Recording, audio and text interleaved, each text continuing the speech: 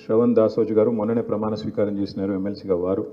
అదేవిధంగా గౌరవనీయులు కూకట్పల్లి శాసనసభ్యులు మాధవరం కృష్ణారావు గారు, మల్కాజ్గిరి శాసనసభ్యులు గౌరవనీయులు మరి రాజశేఖర రెడ్డి గారు, మాజీ శాసన మండలి సభ్యులు సోదరులు సలీం గారు, పార్టీ జనరల్ సెక్రటరీ, అదేవిధంగా ఆఫీస్ మొత్తం కూడా ఈరోజు హెడ్ క్వార్టర్స్ అంతా చూసుకుంటున్న పెద్దలు చంద్రశేఖర్ రెడ్డి అన్న గారు, అదేవిధంగా former additional director general of police గౌరవనీయులు పెద్దలు మన రాష్ట్ర సీనియర్ నాయకులు అన్న ఆర్ఎస్ ప్రవీణ్ కుమార్ గారు, తమ్ముడు తలసాని సాయి కిరణ్ గారు, డాక్టర్ ఎర్రొల్ల శ్రీనివాస్ గారు, అదేవిధంగా గజల నాగేష్ గారు, మన్నించల వెనకాల అంబర్పేట ఎమ్మెల్యే కాలేరు వెంకటేష్ గారు, మా తమ్ముడు సోదరుడు మేడ్చల్ జిల్లా పార్టీ ప్రెసిడెంటు మన ఎమ్మెల్సీ షమీపూర్ రాజు గారు, గజల నాగేష్ గారు, కిషోర్ గారు, సోదరులు మల్కాజ్గిరి పార్లమెంట్ నుంచి మొన్న పోటీ చేసిన పెద్దలు రాగిడి లక్ష్మారెడ్డి గారు, ఎంఎన్ సీనన్న గారు, రావుల శ్రీధర్ రెడ్డి గారు, ఇనాయత్ అలీ బాక్రీ గారు, వీరేష్ గారు, జయసింహ గారు, నివేదిత గారు, మా అక్క పద్మా దేవేందర్ రెడ్డి గారు, నందికంటి శ్రీధర్ గారు, అదేవిధంగా సోమశేఖర్ రెడ్డి గారు, ఇంకా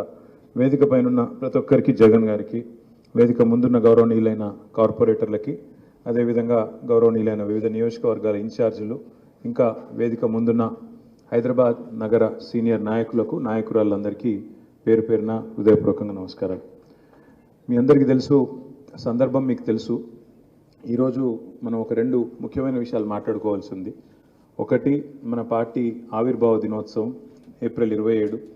మరి 27 నాడు జరగబోయే ఈ ఇంటి పండుగ తెలంగాణ ప్రజలకు సంబంధించినంత వరకు ఇది ఒక ఇంటి పండుగ. ఆ పండుగ ఏ స్థాయిలో చేసుకోవాలా, హైదరాబాద్ నుంచి మనం ఎట్లా పోవాలా, ఏంది అనేది ఇప్పటిదాకా పెద్దలు శ్రీనివాస్ యాదవ్ గారు చెప్పినారు. నా వైపు నుంచి ఒక 2-3 విషయాలు మీతో చెప్పాలి. ఒకటి, మన భారతదేశానికి స్వాతంత్రం వచ్చి మరి దాదాపు 77-78 ఏళ్ళు అవుతా ఉంది. ఈ 77-78 ఏళ్లలో మన తెలుగు రాష్ట్రాల్లో, ఆనాడు ఉమ్మడి ఆంధ్రప్రదేశ్గా ఉన్న రాష్ట్రం కానీ, ఈరోజు తెలంగాణ ఆంధ్రగా ఉన్న రాష్ట్రాలు కానీ, ఈరోజు ఈ 77 ఏళ్ళు ఒక్కసారి తిరిగి చూస్తే కేవలం 2 రాజకీయ పార్టీలు మాత్రమే 25 ఏళ్ల కంటే ఎక్కువ ఒక పార్టీగా పుట్టి అధికారాన్ని, అదేవిధంగా ప్రతిపక్ష పాత్రని, ఇంకా ఉద్యమ పాత్రని ఇవన్నీ పోషించిన పార్టీలు ఎన్ని ఉన్నాయని చెప్పి లెక్క కడితే కేవలం రెండు పార్టీలు మాత్రమే.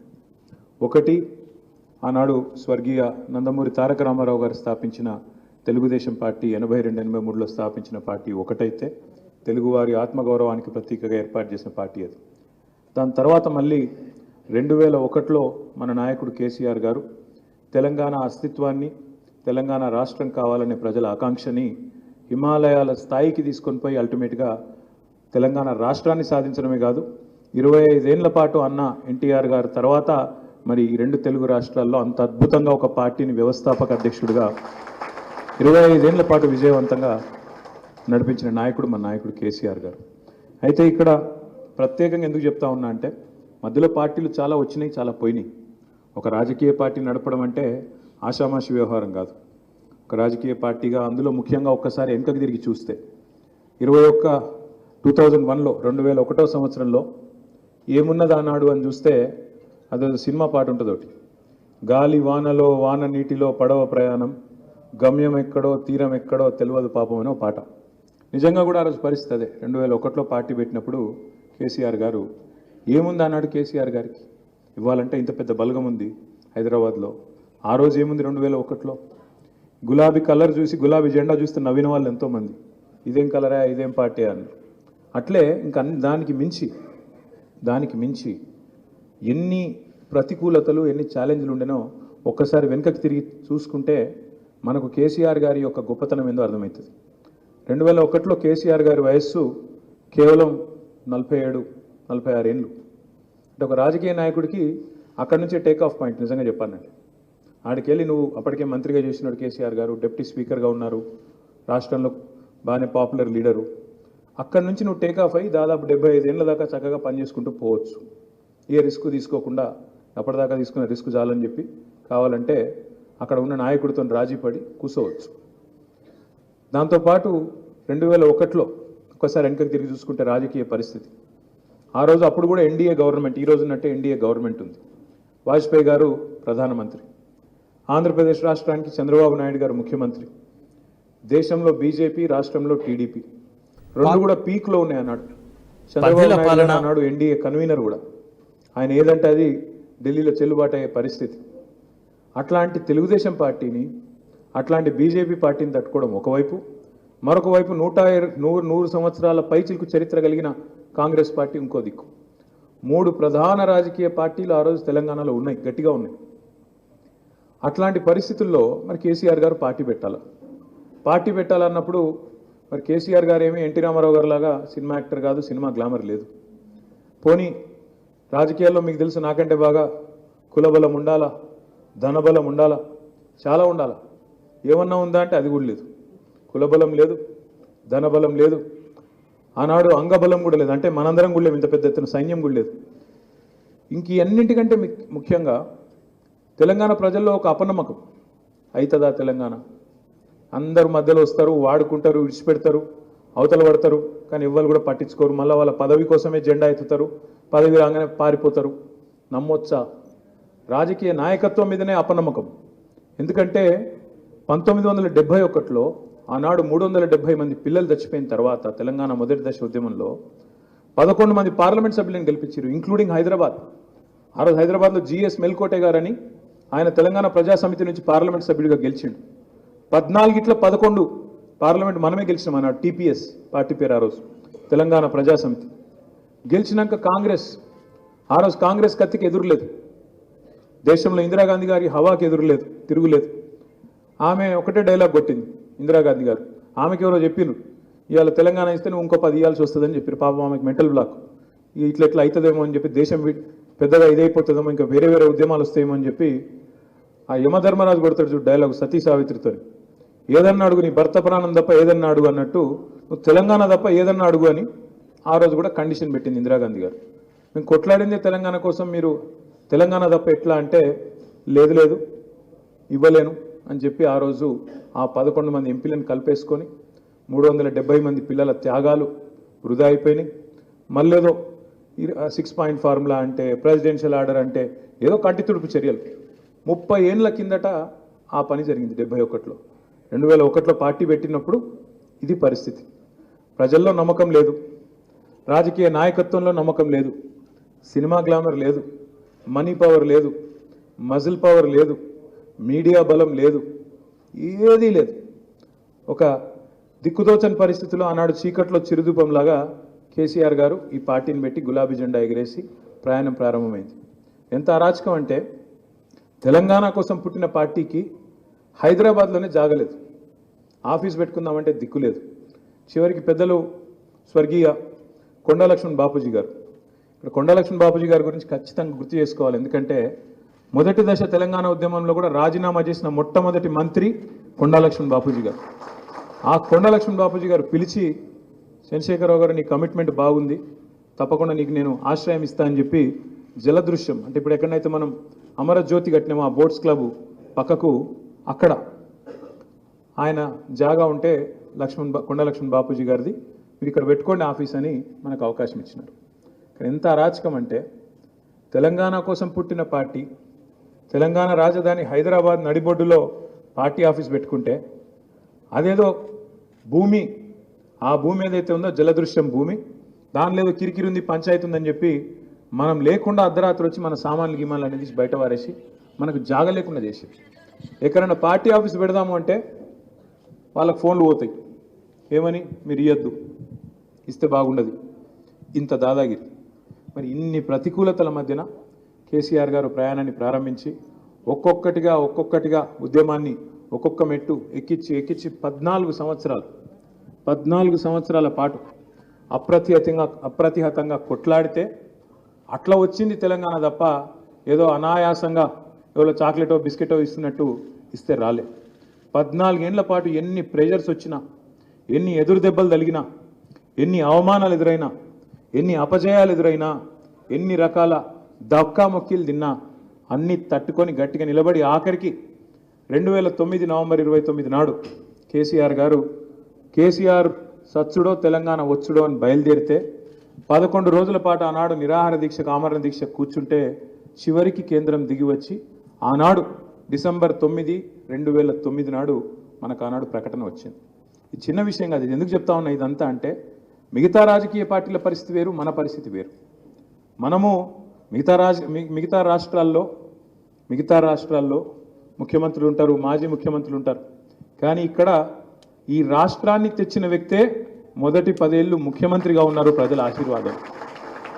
ఇది చాలా తక్కువ రాజకీయ పార్టీలకి ఘనత ఉంటుంది.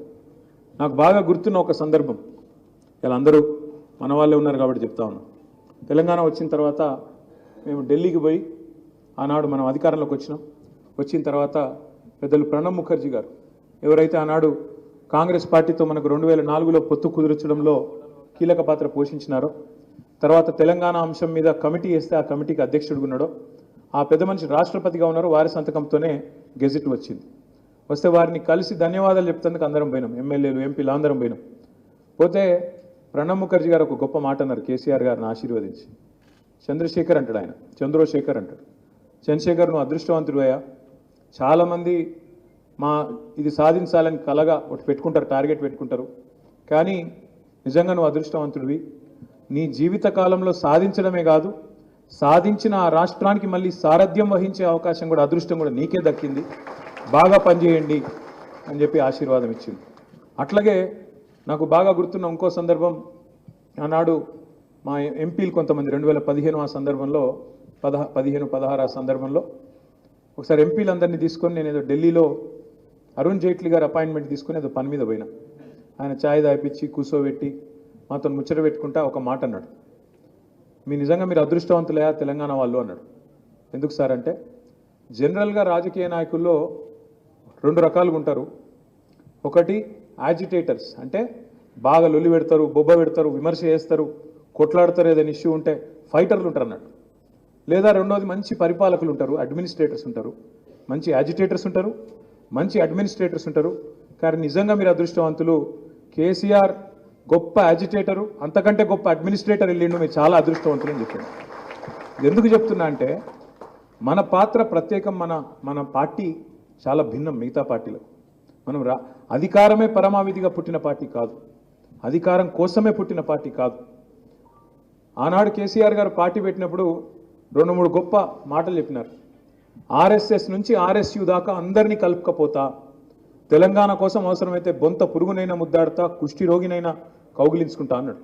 అందుకే ఎప్పటికప్పుడు రాజకీయ ఎత్తుగడల్లో భాగంగా రాజకీయాల్లో అల్టిమేట్గా ప్రజాస్వామ్యంలో ఓటు ద్వారానే తెలంగాణ సాధించాలి, సీట్ల ద్వారానే సాధించాలి, రక్తం చుక్క చిందొద్దు, మళ్ళా మన పిల్లలు ఎవరు సావద్దు అని చెప్పి పట్టుబట్టి కమిట్మెంట్తోని చాలా ప్రయత్నం చేశారు. చివరికి 8-9 ఏళ్ల పాటు ఇచ్చిన మాట కాంగ్రెస్ మోసం చేస్తే, ఇచ్చిన మాట తప్పితే విధి లేక నిరాహార దీక్ష కూర్చొని మొత్తం తెలంగాణ సమాజాన్ని ఒక్కటి చేసి ఉద్యమ పార్టీగా 14 ఏళ్ళు మన ప్రస్థానం. ఆ తర్వాత ప్రజలు ఆశీర్వదించి మనకు అధికారం ఇచ్చినారు. 10 ఏళ్ళు అధికార పార్టీగా పనిచేసినాం. గత 16 నెలలు ప్రతిపక్ష పార్టీగా పనిచేస్తున్నాం. సాధారణంగా రాజకీయాల్లో 2 పాత్రలు ఉంటాయి, అయితే అధికార పార్టీ లేకపోతే ప్రతిపక్ష పార్టీ. కానీ మనకు ఉద్యమ పార్టీగా 14 ఏళ్ల చరిత్ర ఉంది, 10 ఏళ్ళు అధికార పార్టీగా ఉన్న చరిత్ర ఉంది. ఇప్పుడు 1.5 కాలంగా ప్రతిపక్ష పాత్ర కూడా పోషించినాం. ఏ పాత్ర ప్రజలు ఇచ్చినా ఆ పాత్రలో ఇమిడిపోయి బ్రహ్మాండంగా ఆ ప్రజలకు ఒక గొంతునిచ్చింది ఖచ్చితంగా ఈ గులాబీ జెండా అనే మాట చెప్పక తప్పదు. ఇవాళ తెలంగాణ ప్రజల గుండె ధైర్యం ఈ గులాబీ జెండా. ఇదేదో ఆషామాషి పార్టీ కాదు, ఆల్తు ఫాల్తు కథ కాదు మనది. తక్కువ ఉంటాయి ఇట్లాంటి సినిమాలలో ఉంటాయి ఇటువంటి కథలు. చిన్నగా ఉట్టి ఒక విత్తనం లెక్క ఉట్టి ఎక్కడికి వెళ్ళి ఎవరు ఊహించలే ఇంత దూరం వస్తుంది కథ, 25 ఏళ్ళు వస్తుందని. ఇలా సందర్భం ఇది, ఏదో ఆషామాషి మీటింగ్ కాదు, ఆల్తు ఫాల్తు కథ కాదు ఇది. 25 ఏళ్ళు ఈ పార్టీ ఉంటుందని ఎవరు నమ్మలే. అప్పట్లో పెద్దలు అన్నారు, మకల పుట్టింది పుబ్బలో పోతుంది, ఈ పార్టీ ఉంటుందా, పాల పొంగు మీ పార్టీ, బుస్సుమని లేస్తారు, బుస్సుమని పడిపోతారు అని మాట్లాడినరు, ఇన్సల్ట్ చేసిండ్రు. కానీ ఇవాళ ఎవరైతే మన మాట అన్నారో వాళ్ళే ఇక్కడ లేకుండా పోయినారు. నేను అనేదల్లా మీ అందరితో ఒకటే, తెలంగాణ రాష్ట్రానికి సంబంధించినంత వరకు మనకు ప్రజలు అన్ని పాత్రలు ఇచ్చినారు. 10 ఏళ్ళు అధికారం ఇస్తే ఇదే హైదరాబాద్లో మనం ఎంత పని చేసినామో మీరే చూసినారు. అంత పని చేసినాం కాబట్టే చరిత్రలో మీకు మనం మర్చిపోతాం అప్పుడప్పుడు. మనకేందంటే తెలంగాణలోకి మన డబ్బా మనం కొట్టుకుంటే అలవాటు ఎక్కువ ఉండదు. మనకు వేరే డప్పు కొట్టే ఛానళ్ళు లేవు, పేపర్లు లేవు. మరి మన డబ్బా మనం కొట్టుకోకపోతే ఇంకోరు కొట్టరు. కాబట్టి నేను మిమ్మల్ని కోరేది ఏంటంటే, మన విజయాలు సామాన్యం కాదు. 2015లో గ్రేటర్ హైదరాబాద్ కార్పొరేషన్ ఎన్నికల్లో మీరు ఒక్కసారి తిరిగి చూడండి, ఆ రోజు 100 సీట్లు సాధిస్తామని నేను అంటే చాలామంది నవ్విండ్రు. ఇప్పుడున్న రేవంత్ రెడ్డి గారే డైలాగ్ కొట్టిండు, మీరు 100 కొడితే నేను రాజకీయ సన్యాసం చేస్తా అన్నాడు. సరే చేయలే, అది వేరే విషయం. కానీ ఫస్ట్ టైం చరిత్రలో 150 సీట్లుంటే 99 సీట్లు సాధించి ఆ రోజు ఒక కొత్త చరిత్రను, కొత్త రికార్డు సృష్టించింది టీఆర్ఎస్. నిజంగా చెప్పానంటే జాంబాగ్ ఆనందేడవా ఉన్నాడా, ఈయనే ఉన్నాడు. ఇది కూడా గెలిచినాం మనం. సరే దానికి పేరే కథ ఉంది, కానీ కూర్చో 5 ఓట్లతో నువ్వు అది కూడా వాళ్ళు బతిమలాడితే విడిచిపెట్టినావు, ఆయనతో అయింది. లేకపోతే సెంచరీ కొట్టినట్టే జరిగింది అది. తర్వాత 2018 ఎలక్షన్స్ వచ్చినాయి, అసెంబ్లీ ఎన్నికలు వచ్చినాయి. అసెంబ్లీ ఎన్నికల్లో కూడా ఏం విజయం అది. మనకు హైదరాబాద్లో స్వీప్ చేసినాం, మళ్ళా 18లో, మళ్ళీ 20లో మళ్ళీ జిహెచ్ఎంసీ వచ్చింది, మళ్ళీ గెలిచినాం, సొంతంగానే గెలిచినాం. ఎవరి అవసరం లేకుండానే, ఎవరి మద్దతు లేకుండానే మళ్ళా గెలిచినాం. ఏ పార్టీకి రికార్డు లేదు. 2 సార్లు కార్పొరేషన్ స్వీప్ చేసిన పరిస్థితి లేదు.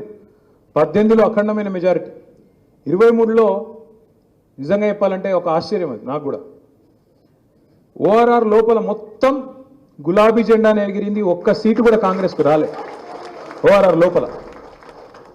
ఏమున్న వాళ్ళ డ్రామాలు, వాళ్ళ మాయమాటలు అంతా బయటనే నడిచినాయి. హైదరాబాద్లో మీరు కొద్దిగా తేజ్ కాబట్టి నమ్మలే, కాంగ్రెస్ దొంగలు వీళ్ళని చెప్పి నమ్మలే మీరు.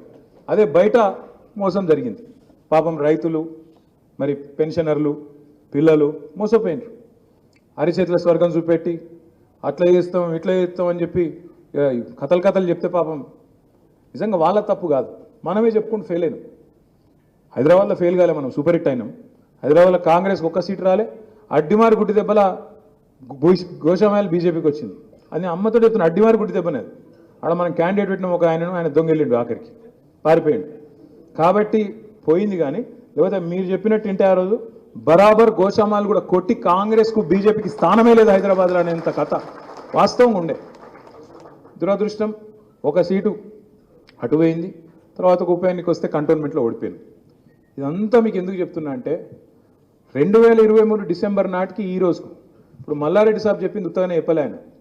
ఆయన చమత్కారంగా మాట్లాడతాడు, మల్లన్న నవ్వించినందుకు అప్పుడప్పుడు చెప్తాడు. కానీ మనిషి లోతైన మనిషి కాబట్టి గంత పెద్ద ఎత్తున వ్యాపారాలు చేయడు, గంత పెద్ద ఎత్తున కథ చేయడు. ఆయన చాలా లోతైన మనిషి, అట్లా నవ్వుతా ఉంటాడు కానీ చాలా లోతైన మనిషి. ఆయన ఒక గొప్ప మాట చెప్పిండు, ఈ 16-17 నెలల్లో మన పరిస్థితి ఇంకా మెరుగైంది, అవతల పరిస్థితి అధ్వానమైంది. ఒక్కటి కాదు ఎన్ని ఘాతకాలు. హైడ్రా పేరు మీద అరాచకం. రేవంత్ రెడ్డి గారు అన్న ఇల్లేమో కూలది, పైసలున్నోని ఎవ్వనిల్లు కూలది. బాగా ధనవంతులైతే ఎవ్వనిల్లు ముట్టుకోరు, కానీ గరీబ్ గారు మెట్టుగూడల రోడ్డు మీద దుకాణాలు పెట్టుకుంటే వాని గుల కొడతారు. హాకర్స్ వాళ్ళు ఏంది పాపం, రోజు తోపుడు పనులు వాళ్ళను సికింద్రాబాద్లా, సనత్ నగర్లా, జూబ్లీ హిల్స్లా ఏడబడతాడు గుంజుడు, కొట్టుడు, గుద్దుడు. పేదవాడు ఏం చేస్తాడు, గుంజవతల వాడేస్తారు. నాచారంలో నేను చూసిన ఒక చెప్పుల దుకాణం గుంజి పారేసిండ్రు. కూకట్పల్లిలో ఆఖరికి బుచ్చమ్మ అని ఒక లేడీ హైడ్రా వచ్చిన ఇల్లు కూడా కొడుతుందని చెప్పి గుండాకి చచ్చిపోయింది భయంతో. నేను కృష్ణారావు గారు పోయినాం. ఇట్లా ఈ హైడ్రా అరాచకం వల్ల ఇవాళ హైదరాబాద్లోని మధ్యతరగతి ప్రజలు, దిగువ మధ్యతరగతి ప్రజలు, ఎందుకంటే బలిసిన వాళ్ళకి ఏం కాదు, ఎప్పుడు వాళ్ళు మంచిగానే ఉంటారు. ఎవరినో పట్టుకుంటారు, రేవంత్ రెడ్డికి ముఠ చెప్తారు, ఆయనకి నడుస్తూనే ఉంటాయి, వాళ్ళకేం కాదు. కానీ ఎవరైతే పేదవాళ్ళు, బక్క చిక్కిన వాళ్ళు ఉన్నారో, కోర్టు ఆర్డర్లు ఉంటే కూడా, కోర్టు చెప్తే కూడా సండే సాటర్డే చేయొద్దా అని చెప్తే కూడా తెగించి ఇష్టం వచ్చినట్టు హైడ్రా పేరిట అరాచకం. ఏమైంది హైడ్రా అరాచకంతో? ఇవాళ దారుణమైన పరిస్థితి.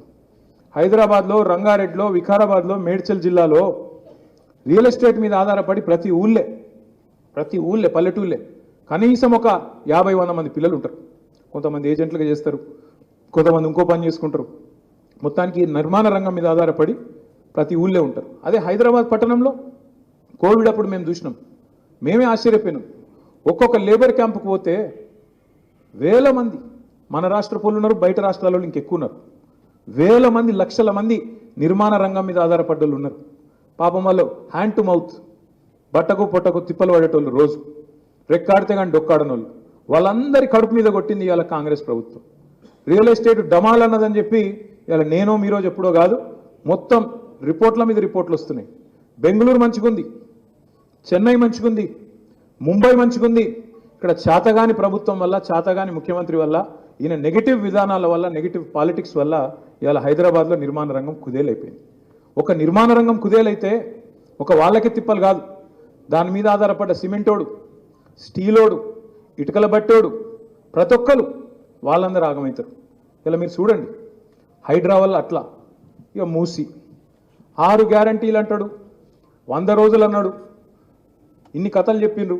మొత్తం 420 హామీల list, SC declaration, ST declaration, BC declaration, యువత డిక్లరేషను, రైతు డిక్లరేషన్, ఇన్ని చెప్పిండ్రు. చెప్పి వాటికి వేటికి పైసలు లేవట, వాటికేమో లంక బిందెలు దొరుకుతలేవంట. కానీ మూసీకి మాత్రం పైసలు ఉంటాయంట. అవి కూడా ఎన్ని? 1,50,000 కోట్లు పెట్టి మూసీ కడతా అంటాడు రేవంత్ రెడ్డి గారు.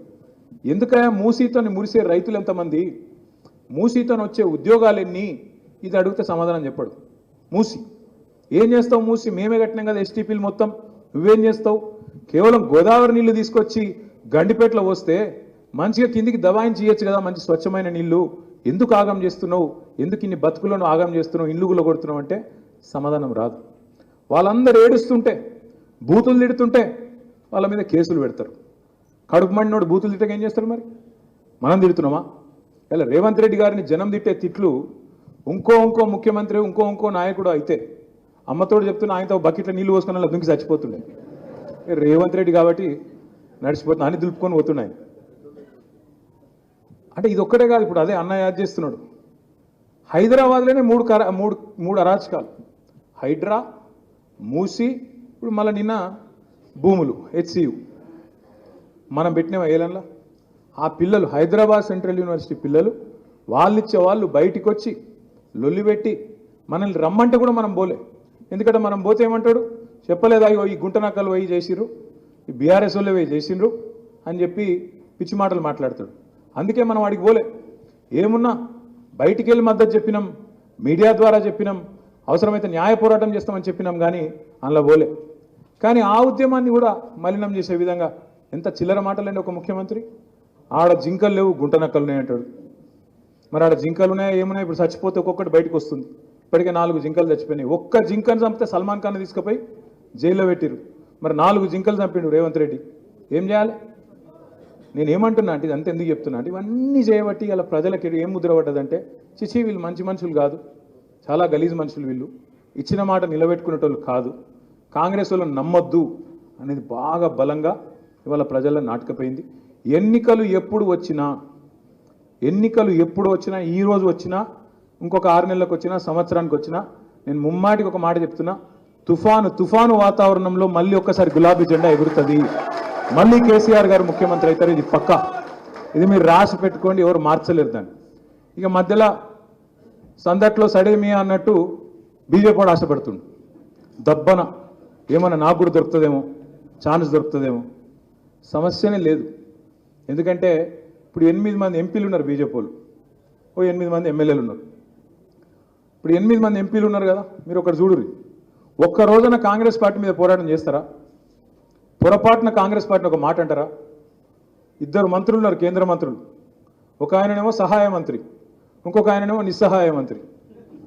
ఏమి కాదు, 2 ఊదు కాలది, పీరి లేవు. తెలంగాణకు రూపాయి తెచ్చే ముఖం లేదు. కానీ తెల్లారు లేస్తే కేసీఆర్ని తిట్టాలి, బీఆర్ఎస్ని తిట్టాలి. అరే తిట్టుడేదో కాంగ్రెస్ తిట్టరాదరా పోయి, ఆయన గవర్నమెంట్లు ఉన్నాడంటే అది శాత కాదు. రేవంత్ రెడ్డిని ఆయన అన్నాడు. ఇంకా గమ్మత్ చూడరు మీరు. నిన్న